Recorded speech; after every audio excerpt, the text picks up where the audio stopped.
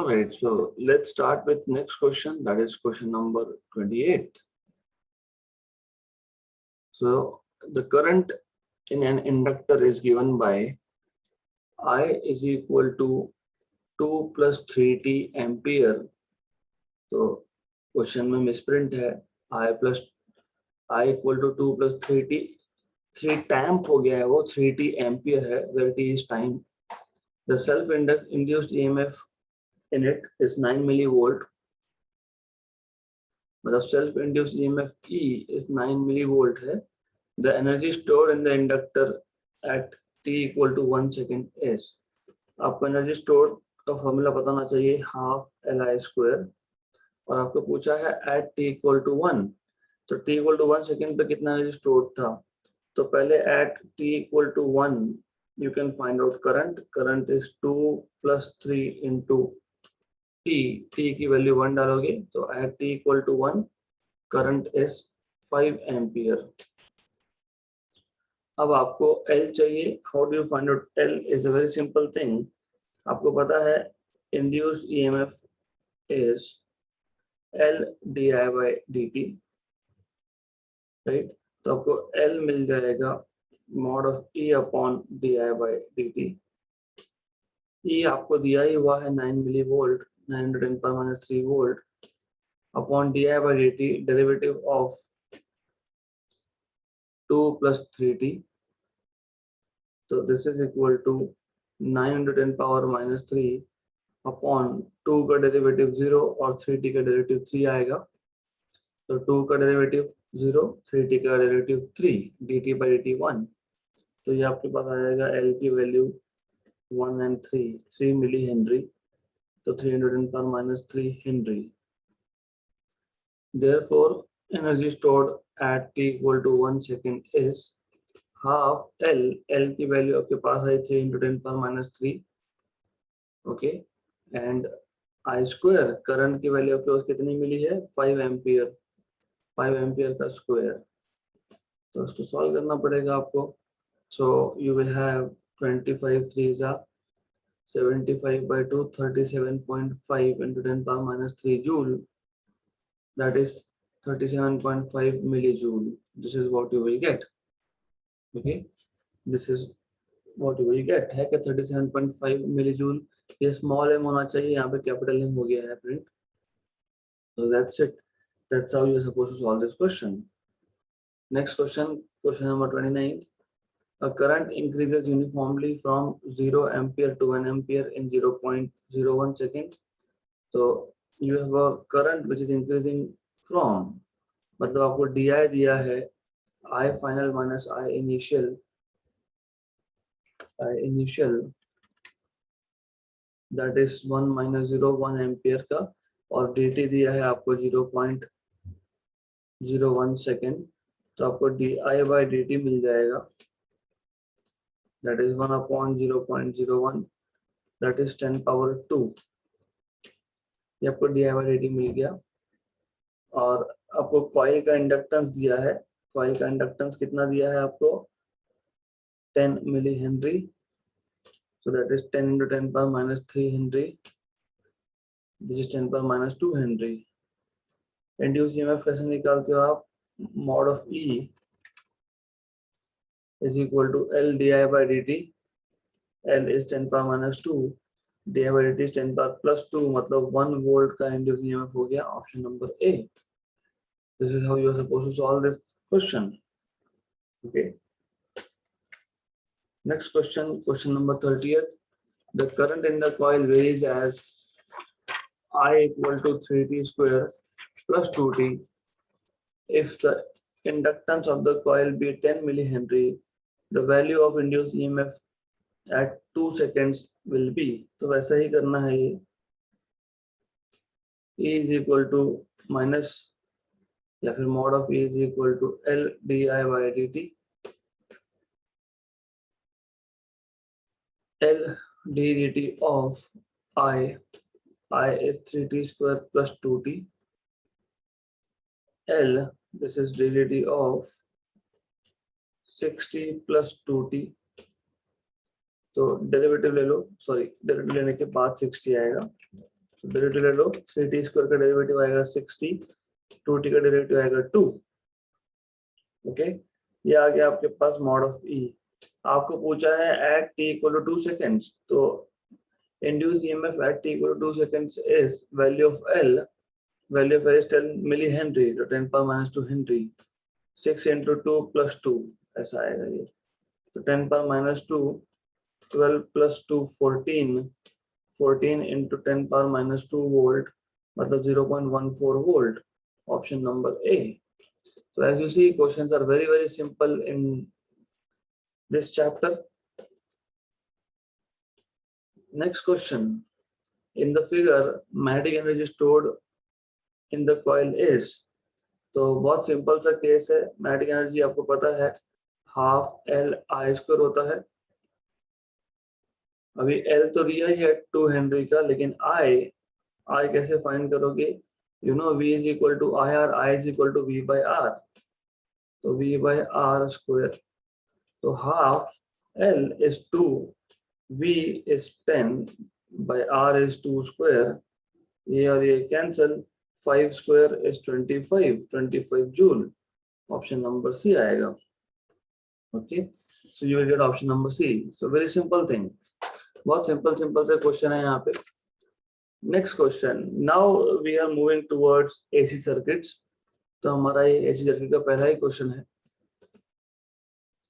In an AC circuit containing an inductance and a capacitor in series, you have an AC circuit in which inductor and capacitor is connected in series. The current is found to be maximum when the value of inductance is 0.5 Henry and a capacitance of 8 microfarad. The angular frequency of the input AC voltage must be equal to, अगर आपको याद होगा, series resonance. So in resonance circuits आपके पास एक inductor है, एक capacitor है, एक रेजिस्टेंस है। यहाँ पे रेजिस्टेंस नहीं बोला है, दैट इज ओके, तो रेजिस्टेंस नहीं बोला तो मत लिखो। You have something like this. ऐसे सीरीज सर्किट में रेजोनेंस होता है। रेजोनेंस होता है मतलब क्या होता है? If you remember correctly, what happens is, if you plot,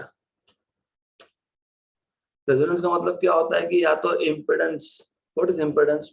impedance was total resistance offered by AC circuit to the current. Total resistance कितना है? अगर याद होगा तो impedance Z was under root of R square plus XC minus XL square, where XC was capacitive reactance, resistance offered by capacitance. XL was inductive reactance, resistance offered by inductor. Okay, तो ये पता होना चाहिए आपको। तो series resonance में क्या होता है? इफ यू रिमेम्बर, ये एक्सेप्टर सर्किट होता है। यहाँ पे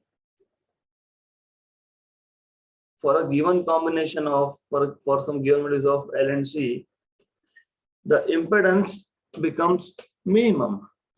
Impedance जब मिनिमम हो जाता है तो in that case current is maximum. तो अगर आपको ग्राफ याद होगा तो ग्राफ ऐसा आता है। तो for this value impedance is minimum, मतलब करंट इज मैक्सिमम बेसिकली। आप इसको, ये फ्रीक्वेंसी है, यहाँ पे करंट है, राइट? तो आप क्या करते हो, आप सर्किट का फ्रीक्वेंसी चेंज करते हो। वो कहाँ से आ गया? ये था E = E0 sin omega t, omega is 2 pi times of frequency into t। तो जैसे मैंने फ्रीक्वेंसी चेंज किया तो मैं सर्किट को ट्यून कर रहा हूँ, तो for some particular resonance frequency FR, what happens is impedance becomes minimum, मतलब करंट becomes maximum। तो ये सर्किट एक्सेप्टर सर्किट होता है क्योंकि ये सिर्फ एक पर्टिकुलर फ्रीक्वेंसी के करंट को अलाउ करता है, बाकी सबको ब्लॉक कर देता है। तो that resonance condition you have already obtained. आपको याद होगा, आपने FR = 1/2 pi under root of LC ऐसा ऑब्टेन किया था। This is resonance frequency. हमको पूछते वक्त इन्होंने ओमेगा पूछा है, not linear frequency. They are asking you omega and not F. तो ये 2 पाई को यहाँ ले जाओ, 2 पाई इंटू फ्रीक्वेंसी ओमेगा, तो ओमेगा आपको मिल जाएगा, आपको ओमेगा ही फाइंड करना है और आपको एल और सी दिया ही है। तो दैट्स इट, सिर्फ आपको फॉर्मूला याद आना चाहिए था। एल इज 0.5 मतलब 10 5 10 पर -1 और सी इज 8 माइक्रो फैराड।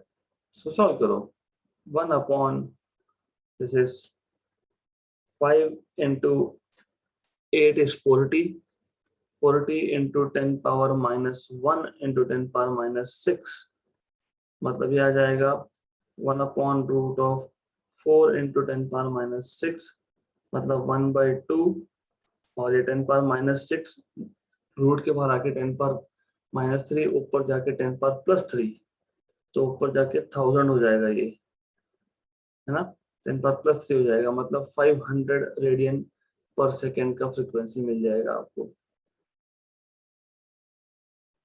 तो क्वेश्चन वाज नथिंग, अगर आपको रेजोनेंट सर्किट्स याद है, आपको सिर्फ रेजोनेंट फ्रीक्वेंसी का फॉर्मूला याद है, तो question is nothing. Next question, question 33, a resistance of 40 ohm and an inductance of 95.5 millihenry are connected in series in a 50 cycles per second AC circuit. The impedance of this combination is, impedance पूछा है आपको, मतलब Z पूछा है, is nearly equal to, तो ऐसा है कि यहाँ पे आपको पता होना चाहिए, इन दिस केस आपको क्या दिया है, पहले तो लिख लो क्या दिया है। रेजिस्टेंस दिया है 40 ओम, इंडक्टेंस दिया है 95.5 मिली हेनरी,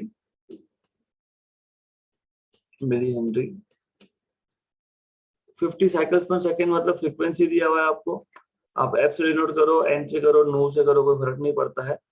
तो 50 का फ्रीक्वेंसी दिया हुआ है आपको, आपको इम्पेडेंस पूछा है, इस केस में इम्पेडेंस आएगा under root of R square plus XL square, क्योंकि यहाँ पे कैपेसिटेंस तो है नहीं, इसलिए R square plus XL square आएगा। Under root of R square, R तो 40 स्क्वायर है, एक्सएल होता है 2 पाई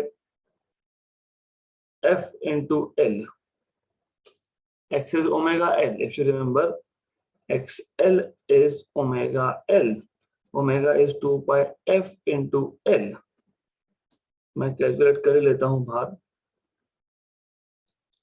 this is 2 pi into 50 into L की वैल्यू आपके पास दी है 95.5 into 10 power -3 हेनरी, ये आपको कैलकुलेशन करना पड़ेगा। This turns out to be रफली 30, 29.9 ऐसा कुछ आता है ओहम, तो रफली 30 ओम होता है। सो एक्सएल इज रफली 30 ओहम, रफली 30 ओहम, तो 30 ओहम का स्क्वायर, तो this is equal to 40 square is 1600 plus 30 square is 900, तो under root of 2500, that is 50 ohm again. तो ऑप्शन नंबर सी। तो बहुत इजी सा क्वेश्चन था, was not difficult at all, very simple question.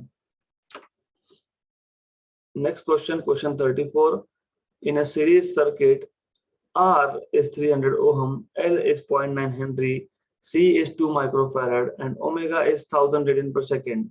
Impedance of the circuit is, यहाँ पे आपको सारे ही कंपोनेंट्स दिए हुए हैं, तो impedance will be under root of R square plus XL minus XC या फिर XC minus XL square, XC minus XL का स्क्वायर, क्योंकि स्क्वायर है तो आप XC पहले लिखो या XL पहले लिखो, डजंट मैटर एट ऑल, कोई फर्क नहीं पड़ता है। You can write down as you want, if you want to write down XL minus XC it is okay, क्योंकि अल्टीमेटली तो स्क्वायर ही होने वाला है। तो what I'll do is पहले मैं XL निकाल लेता हूँ, XL is omega L, omega is 1000 and L is 0.9, तो ये 900 आ गया, okay. XC is 1 upon omega C, 1 upon omega is 1000 and C is 2 microfarad, okay. तो ये नीचे बचेगा 10 पावर -3, ऊपर जाके 10 पावर +3 हो जाएगा वो, 10 पावर +1000, 1000/2 मतलब 500 आ गया, ये 500 आ गया। अब put this values Therefore, Z will be equal to under root of R square. 300 square is 3 into 10 power 2 का square plus XC minus XL square 900 minus 500 का square. Therefore, Z is equal to under root of 3 square is 9 into 10 power 4 plus 400 का square मतलब 4 into 10 power 2 का square. So this is equal to 9 into 10 power 4 plus 16 into 10 power 4 मतलब under root of 25 into 10 power 4 मतलब 5 into 10 power 2 मतलब 500 आ गया ये answer. 500 ohm is total impedance of the circuit, option number C. So this is how you are supposed to solve this question. Again, it is very simple question. Next question, 35th.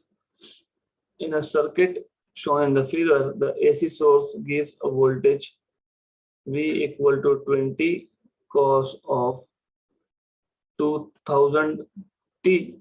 Neglecting the source resistance, the voltmeter and ammeter reading will be. तो source का resistance नहीं है, मतलब इसका resistance नहीं है, ऐसा समझ के चलो. आपको पूछा है एमीटर में और वोल्टमीटर का रीडिंग क्या होगा, तो कैसे सॉल्व करेंगे. सबसे पहले what you can do is, क्योंकि आपको पता है आप इसको कंपेयर करते हो, कंपेयरिंग विथ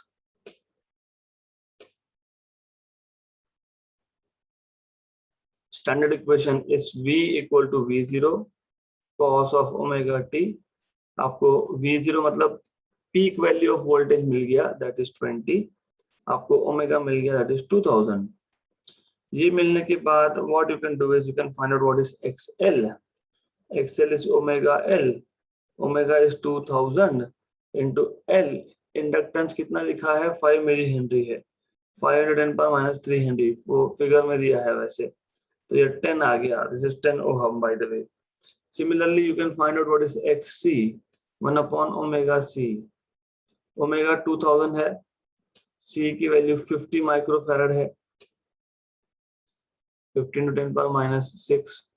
तो ये आपके आज पास आ जाएगा 300 टोटल 10 power -1. तो ये भी 10 ओहम आ जाएगा. This is also going to be equal to 10 ohm after solving everything. ये भी 10 ओहम आ गया, क्योंकि नीचे सिर्फ 10 power -1 बच रहा है, वो ऊपर जाएगा तो 10 power +1 हो जाएगा. That's it. So you have XC. आपके पास XL है, आपके पास XC है, आपके पास रेजिस्टेंस भी दिया हुआ है, तो टोटल इंपेडेंस तो आप निकाल ही लोगे. Total impedance is just R क्यों, क्योंकि XL और XC तो सेम ही है, तो XL माइनस XC स्क्वायर, तो that is nothing but under root of R square only, क्योंकि XL और XC दोनों 10 ओहम है, तो वो 0 हो जाएगा, तो R. तो total impedance of the circuit is just 6 ohm. आपको total impedance of the circuit मिल गया. Okay, right, correct. This is correct or not? You have to start thinking here now. This is somewhere wrong. Why wrong? I'll tell you. ये जब आप लिखते हो ना R square plus XL minus XC square impedance, if you see in the circuit there are two resistances, एक 6 ohm है, एक 4 ohm है. तो यहाँ पे what went wrong is आपने ऊपर का 6 ओहम भूल ही गए. तो ये जो 6 ओहम है, 6 ओहम है, ये सीरीज में है, इसको ऐड करना पड़ेगा. तो now you can say 6 plus under root of this is 4 square, है ना, ये 4. Okay, right. क्योंकि सीरीज LCR सर्किट में जब एक सर्किट है आपके पास जिसमें इंडक्टर है, कैपेसिटर है, रेजिस्टर है, तो टोटल इंपेडेंस होता है under root of R square plus XL minus XC square. तो ये सीरीज का रेजिस्टेंस है 4R मतलब, और ये तो आपका 10 - 10 0 ही आने वाला है. तो ये आएगा आपके पास 6 + 4 मतलब 10 ओहम. तो टोटल इंपेडेंस आपका हो गया 10 ओहम, राइट. अब एमीटर का रीडिंग मतलब करंट का रीडिंग कैसे निकालते हो, आप बोलते हो IRMS, और आपको पता होना चाहिए एमीटर कभी भी आपको एमीटर हो या वोल्ट मीटर हो, they give you RMS values, वो आपको आरएमएस रीडिंग देते हैं। IRMS is VRMS upon impedance Z। अगर आपको याद होगा RMS कैसे निकालते हो, 20/√2। अगर याद है आपको RMS value is peak value by √2, इसलिए बेसिक्स होना बहुत जरूरी है। You should remember basic formulas. अगर बेसिक फॉर्मूलाज नहीं पता है तो फिर then it is difficult for you to solve any question. तो VRMS is peak value of voltage by √2। Peak value of voltage कितना है, 20 है, इसलिए हमने पहले ही फाइंड करके रखा है बाय √2। इम्पिडेंस इज 10, तो यह आ जाएगा आपका 1 जा एंड 2 जा, है ना। तो यह आ जाएगा आपका इन टोटल 2/√2 मतलब √2। तो √2 ampere current, what is √2 ampere is 1.414 ampere. Okay, तो करंट तो मिल गया हमको, मतलब कम से कम ऑप्शन नंबर ए और बी नहीं आ सकता, करेक्ट। तो ऑप्शन नंबर सी और डी में से एक आएगा। अभी वोल्ट मीटर का रीडिंग कैसे निकालेंगे, how do you find out volt meter reading? It is simple, by ohm's law you know V is equal to I into R। यहाँ पे I RMS इंटू इम्पेडेंस ऐसे होगा, ऐसा होना चाहिए। तो 1.414 इंटू इम्पेडेंस, है ना। अभी प्रॉब्लम है, issue is what here, issue is अगर आप इम्पेडेंस की वैल्यू 10 लिखते हो तो 14 वोल्ट आता है, तो this is not correct. Why not correct, why is this not correct? तो ये आपको सोचना पड़ेगा यहाँ पे कि यहाँ पे ये करेक्ट क्यों नहीं है। ओके, सो अगर आप क्वेश्चन पढ़ोगे, आपको पूछा है what is volt meter reading, तो how do you find out volt meter reading? You have to take into account, मैं थोड़ा और अच्छे से समझाता हूं।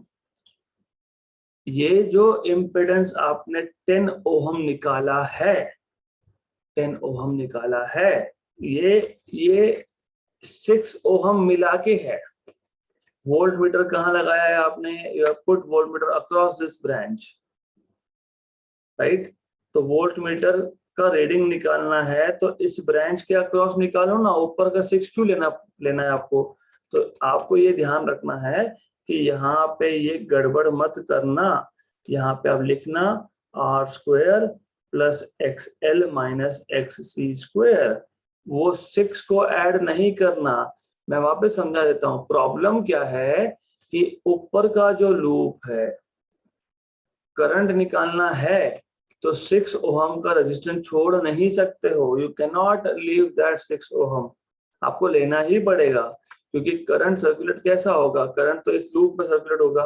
तो इस पूरे के पूरे लूप का इम्पिडेंस निकाला हमने, इसके लिए करंट की वैल्यू फाइंड करने के लिए।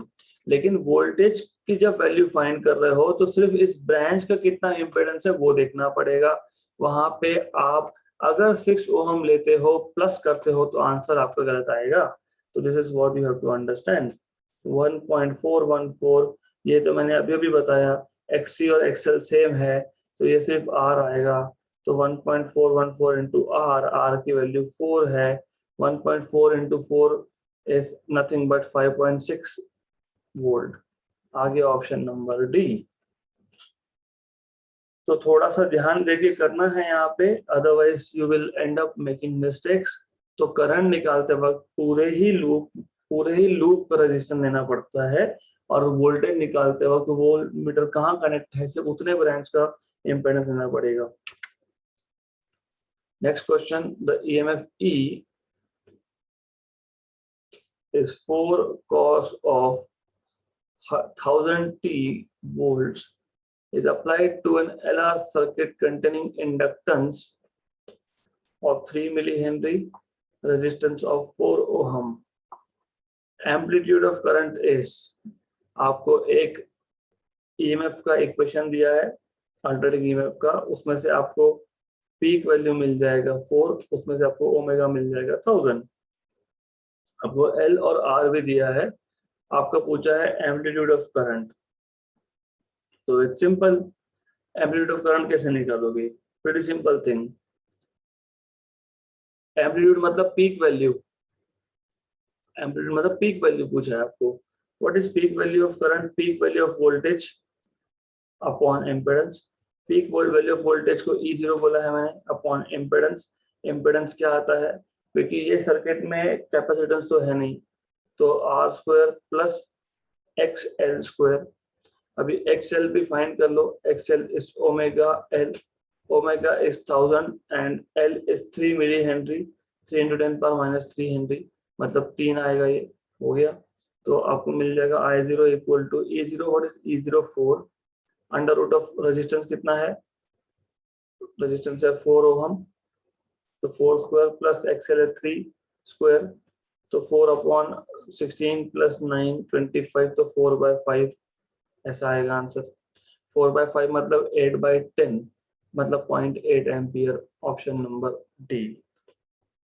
तो question extremely extremely simple question है ये, not very difficult, very simple, very basic question.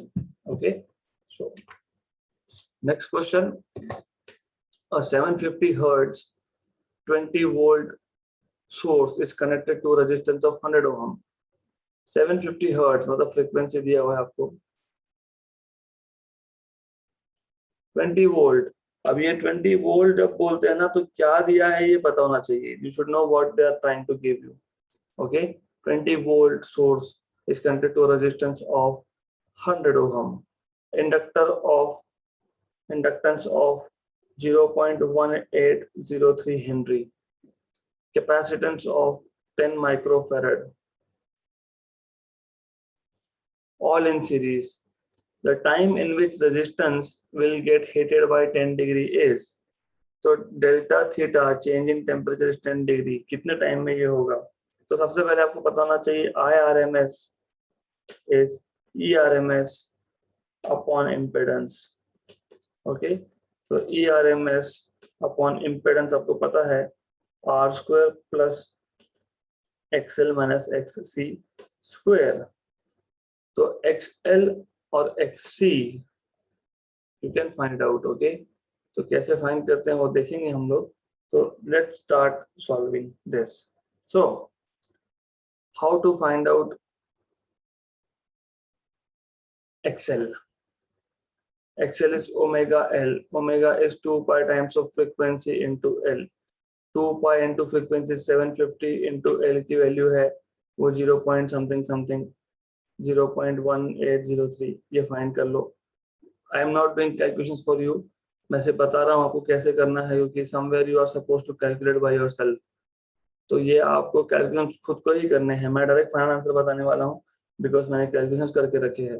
तो according to my calculations, after finding out XL, after finding out XC, I have IRMS equal to 0.023 ampere, क्योंकि ERMS दिया है आपको, ERMS 20 volt दिया हुआ है। 20 वोल्ट डालोगे यहाँ पे, R की वैल्यू 100 है, XL और XC की वैल्यू मैंने बताई कैसे फाइंड करनी है, ये सब सब्स्टिट्यूट करने के बाद I मिल जाएगा। आपको पता है heat generated due to current is I square RT, you already know this. Heat generated is I square RT, you know this. Heat, the time in which the resistance will get heated by 10 degree Celsius, और thermal capacity भी देके रखा है 2 joule पर degree Celsius. Okay, तो मतलब क्या, मतलब ये हीट कितना जनरेट हुआ उस कैसे फाइंड करोगे?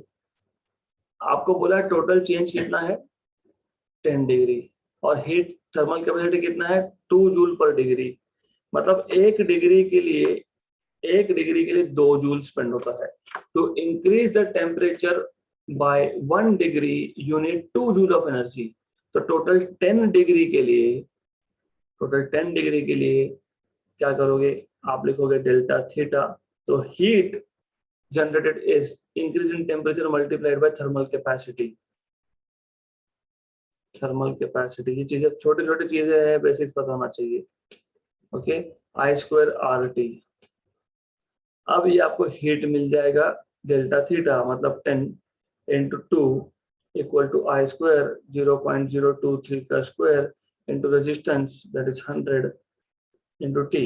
इसको सॉल्व करो, you have to solve all this. इसको सॉल्व करोगे तो आपको मिल जाएगा, दिस इज नथिंग बट ये 20 है अपॉन 100 into 0.023 का स्क्वायर इक्वल टू t. 1 जा 5 जा, इसको सॉल्व करो, पूरा का पूरा सॉल्व करो इसको, and you will gate 348 second. है क्या? Option number A. कैलकुलेशंस आपको खुद को ही करने हैं. Calculations I cannot help you, no one can help you in doing calculations, क्योंकि it's up to you कि कैसे करना है calculations को. तो मैं क्वेश्चन रिपीट कर देता हूँ. You have a 750 hertz and 20 volt source which is connected to a resistance of 100 ohm. Okay, एक इंडक्टर है जिसका इंडक्टेंस 0.1803 आपको दिया है हेनरी, कैपेसिटेंस दिया है 10 माइक्रोफैरड का, सब सीरीज में है. आपको पूछा है कि how much is the time required in which the resistance will get heated by 10 degree. तो आपको बेसिकली सबसे पहले आपको हीट का इक्वेशन बताना चाहिए I स्क्वायर RT. फिर ये बताना चाहिए कि थर्मल कैपेसिटी दिया है, तो thermal capacity multiplied by increase in temperature gives you total heat generated. Total heat generated H is delta theta increase in temperature multiplied by heat capacity. I कैसे निकालोगे? तो ERMS by Z. ERMS दिया है आपको 20 volt, Z is under root of R square plus XL minus XC square. XL निकालने के लिए omega L, omega निकालने के लिए 2 पाई टाइम्स ऑफ फ्रीक्वेंसी, फ्रीक्वेंसी दिया हुआ है आपको. तो calculate all the parameters required, put all those parameters here in this equation for H and find out time. It turns out to be 348 seconds. Calculations थोड़े से complicated है इस case में, so you have to be little careful with it. Okay.